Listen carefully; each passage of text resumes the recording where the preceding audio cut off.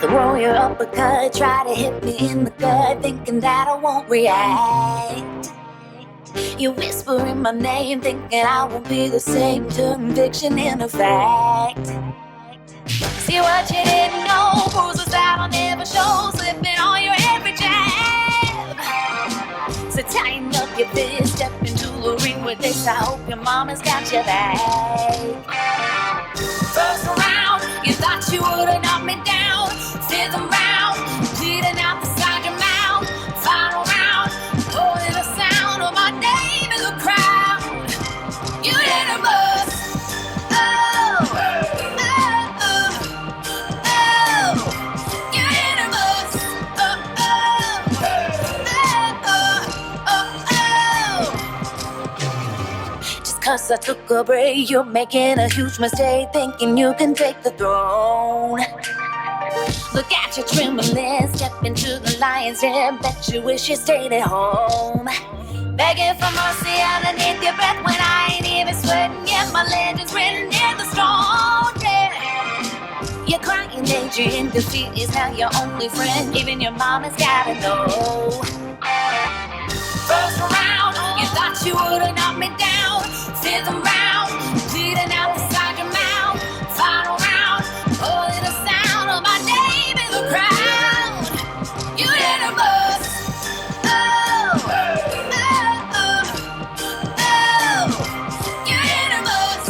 Oh, oh, oh, oh,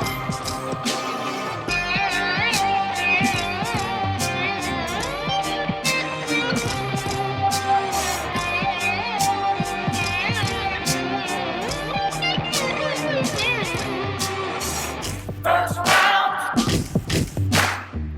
fifth round, final round.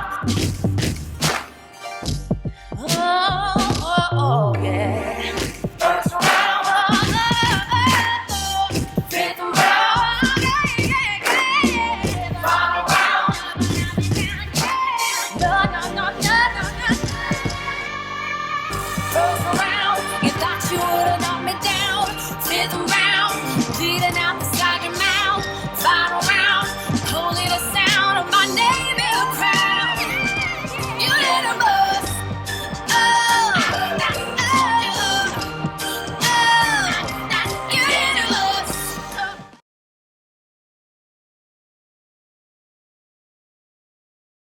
You what? You punched him during the Academy Awards. Are you sure? No, we're live. You want me to say Will Smith punched? No, slapped. Could we check on that? Yeah, no, we're going live. I'd like to, if we could confirm that, I'd really appreciate it. Yeah, thanks.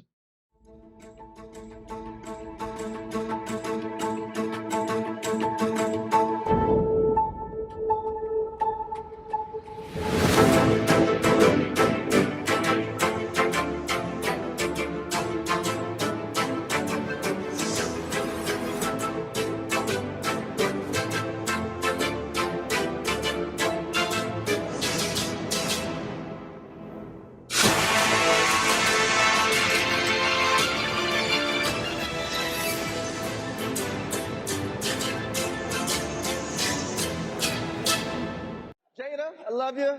G.I. Jane 2, can't wait to see it. All right? Oh, wow. Wow. Will Smith just smacked the shit out of me.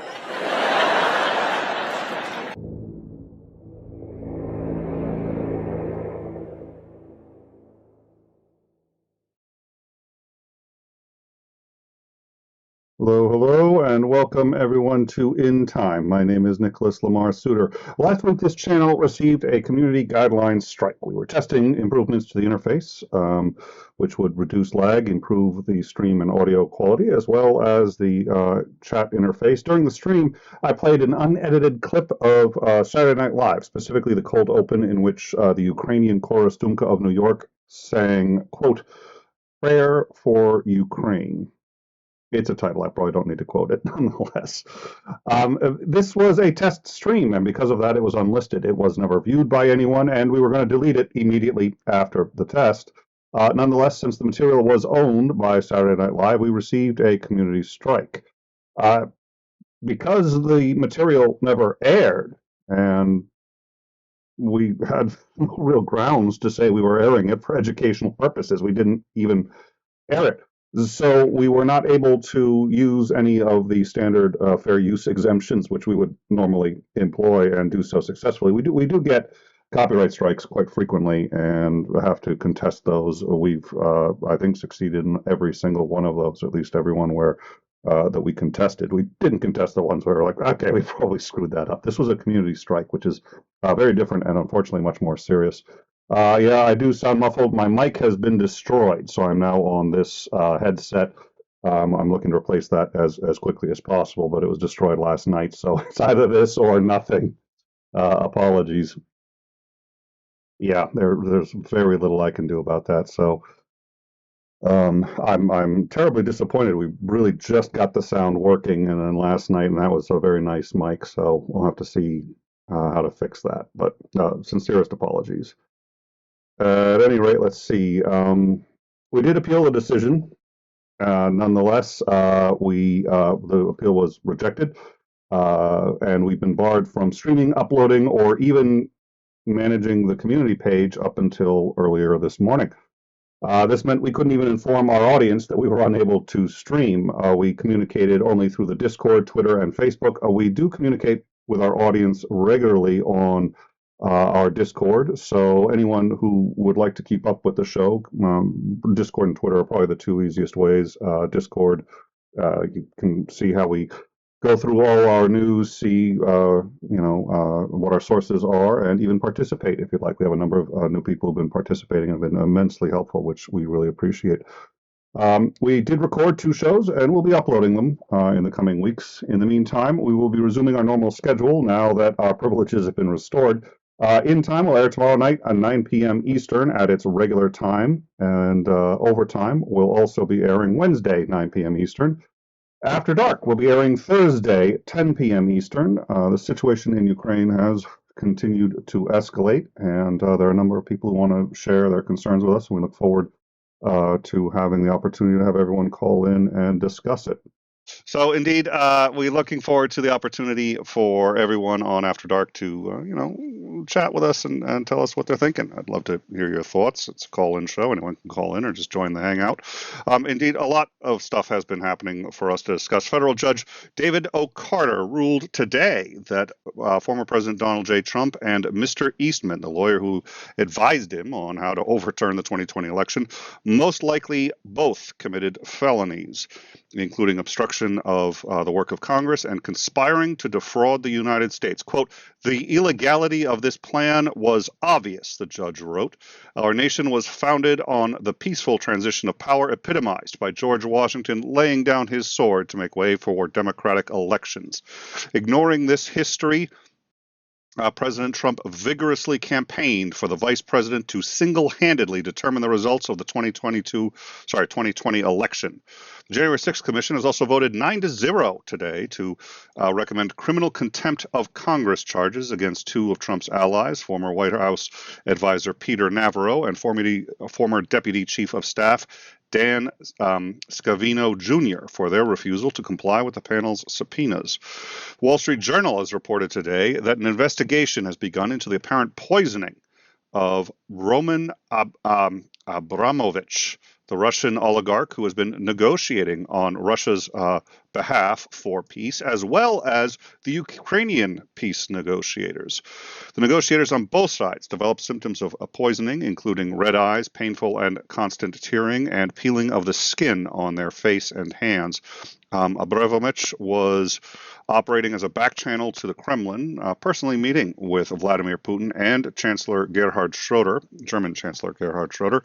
Ukrainian President Zelensky had even asked Biden not to impose sanctions on Abramovich in order to facilitate these negotiations. Christo Grozev, an investigator with Bellingcat, said that Too much time had passed by this point to detect what kind of agent had been used, radiological, chemical, biological.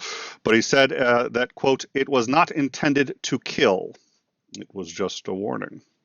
Russian Defense Minister Sergei Shoigu, I believe that is, has not been seen in public since mid-March, amid rumors that Putin had him replaced. However, an advisor to the Ministry of Internal Affairs in Ukraine says he believes that he's actually had a heart attack. Russian forces have been pushed further outside of the Kiev area, and a number of smaller villages, such as Vikishvaka, Mala Rona, and oh Jesus, they do this on purpose. I swear to God, they do this on purpose. Novo-Ovoronska have been retaken by the Ukrainian army as Russia continues to have difficulty completing their objectives, and they now appear to have dramatically scaled back their goals for Ukraine, ostensibly now happy with maybe carving out a few pieces of it for themselves to be settled upon at the negotiating table. They're setting up defensive positions outside of Kyiv and appear to have given up trying to capture the city and rather, and have opted instead to shell it from long range and try to starve the citizens out. They've increased their attacks on civilian buildings, and the Associated Press is reporting at least 34 confirmed attacks on medical facilities while they were treating patients. Ukrainian monitors are reporting that antidotes of nerve agents are now being passed out amongst the Russian troops, suggesting that they are preparing for the use of chemical weapons. The BBC is reporting that General Yakov Razantsev, the commander of Russia's 49th Combined Infantry, was killed yesterday in Ukraine. We believe that this is now the 7th general to have been killed, as Ukrainians are deliberately targeting officers who have become exposed as a result of an effort by the Russians to boost morale by forcing senior officers closer to the front lines. Meanwhile, there are an increasing number, though still unconfirmed, reports that Russians have been killing their own officers. One unit purportedly shot an officer before the entire unit deserted, and Western officials believe that a Russian brigade commander was deliberately run over by his own troops, later died in a field hospital. Russians appear even to be, aside from having fueling and supply issues, which we're going to have Commander McMillan on to discuss. He covered with. He had reminded me of the adage that experienced commanders. What is it? Battles are won with tactics, but wars are won with logistics. And said that really the modern war is won essentially on logistics, and that the Russian logistics system is stuck in 1945. They're using trucks that have wooden bottoms, not the steel ones. They're bottoming out. They're braking. They are not load balancing. They have no springs or I forget what like any kind of pulleys inside the trucks, meaning that they easily become unbalanced, tip over, and fall, which slows down the entire convoy. Modern logistics have a number of what's the word I'm looking for? A number of systems that permit them to streamline the loading and unloading of them. They can be done with only one or two people. In fact, some of these trucks even have cranes built into them to facilitate the loading and unloading. Everything's done electronically. They know where all of their equipment is at any given time, exactly where it is. In fact, if you need a bunch of Javelin anti-tank missiles, the military can look up and say, well, oh yeah, we've got a whole bunch of them. They're in the warehouse. They're in aisle 3D somewhere near the back. In Russia, they still have that all on paper, and some poor overworked comrade has to sit there and say, yeah, I'll try to find you some and send them to you. So we're now seeing the effects of this. They have modernized a lot of their equipment, but not their training and not their logistics. So we're looking forward to having Commander McMillan on to discuss that. It is It was an education to learn just how much logistics can sink a modern army, especially when you have to supply the army in real time during a battle.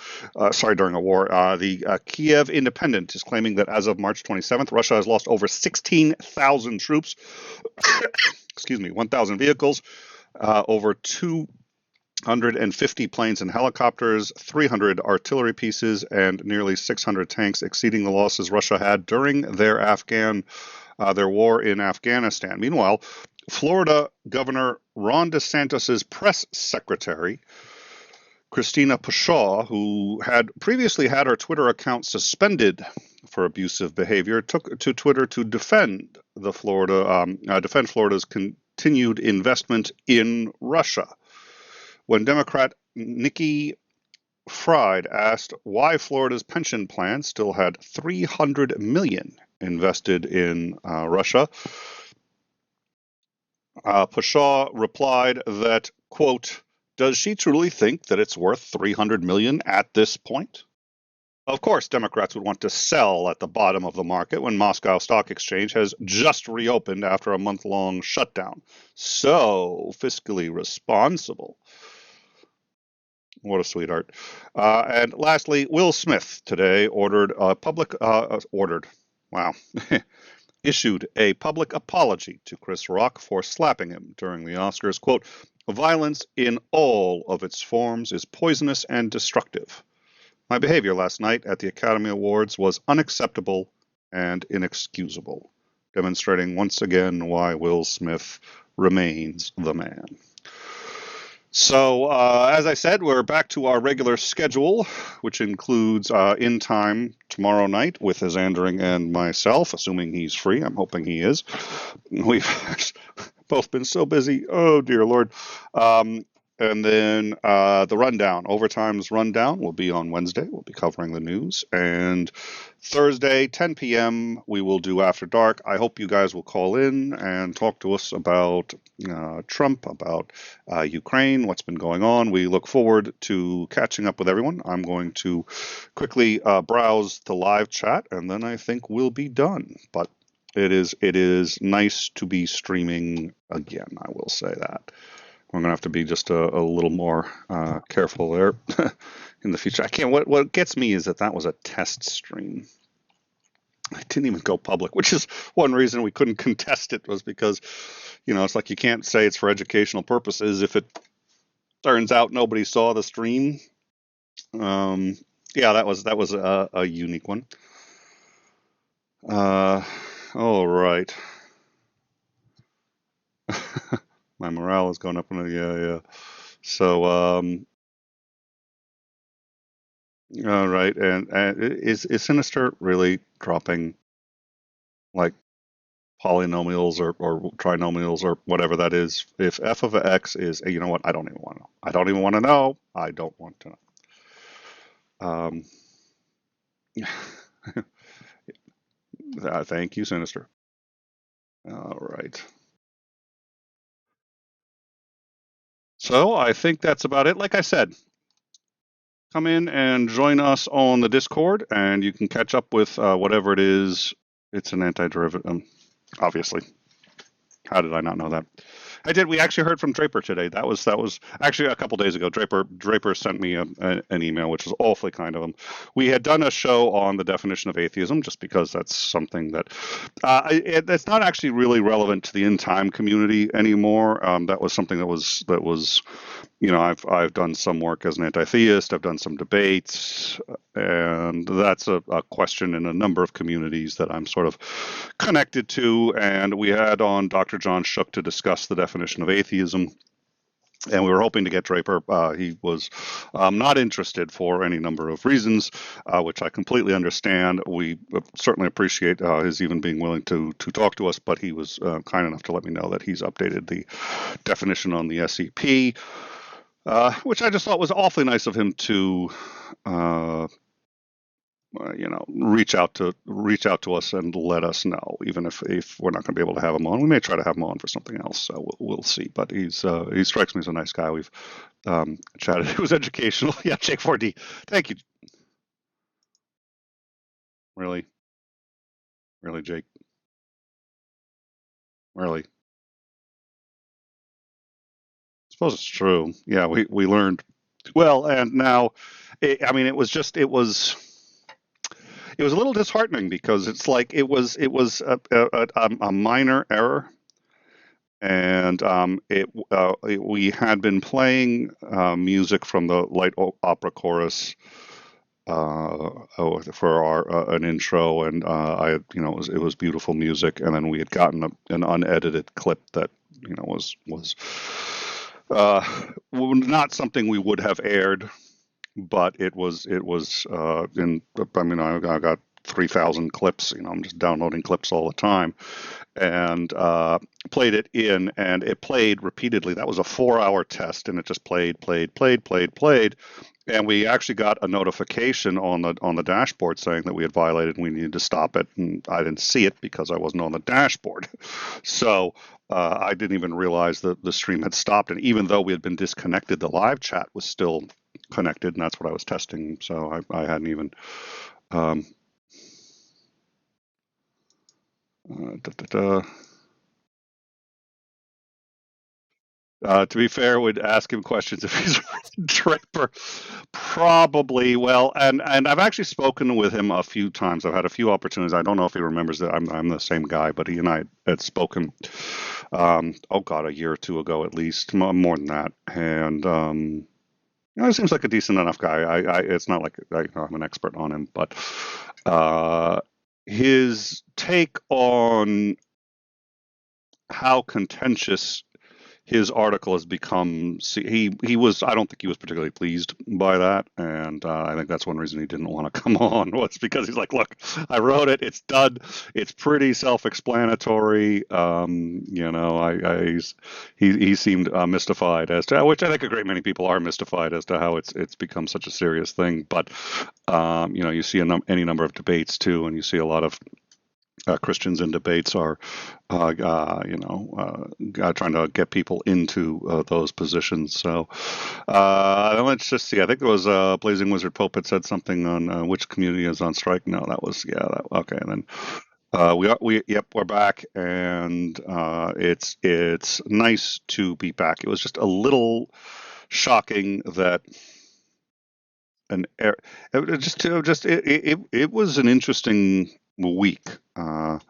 Unfortunately, we've COVID has once again struck inside my family. We'll have to see how that pans out. But and then working on the interface, made some really great changes, but in the process managed to get a community guideline strike, which is going to last 90 days. If we get a second one, I think there's going to be a problem. But the suspension of privileges only lasted 7 days, so we're able to stream again. Obviously, we had not intended to use Saturday Night Live's copyrighted material, and it's lesson learned, and we'll try to be a little more careful. It's just like, I mean, again, it was a test stream, so it didn't cross my mind that even that. So Jake's right. Yeah, it was a learning experience.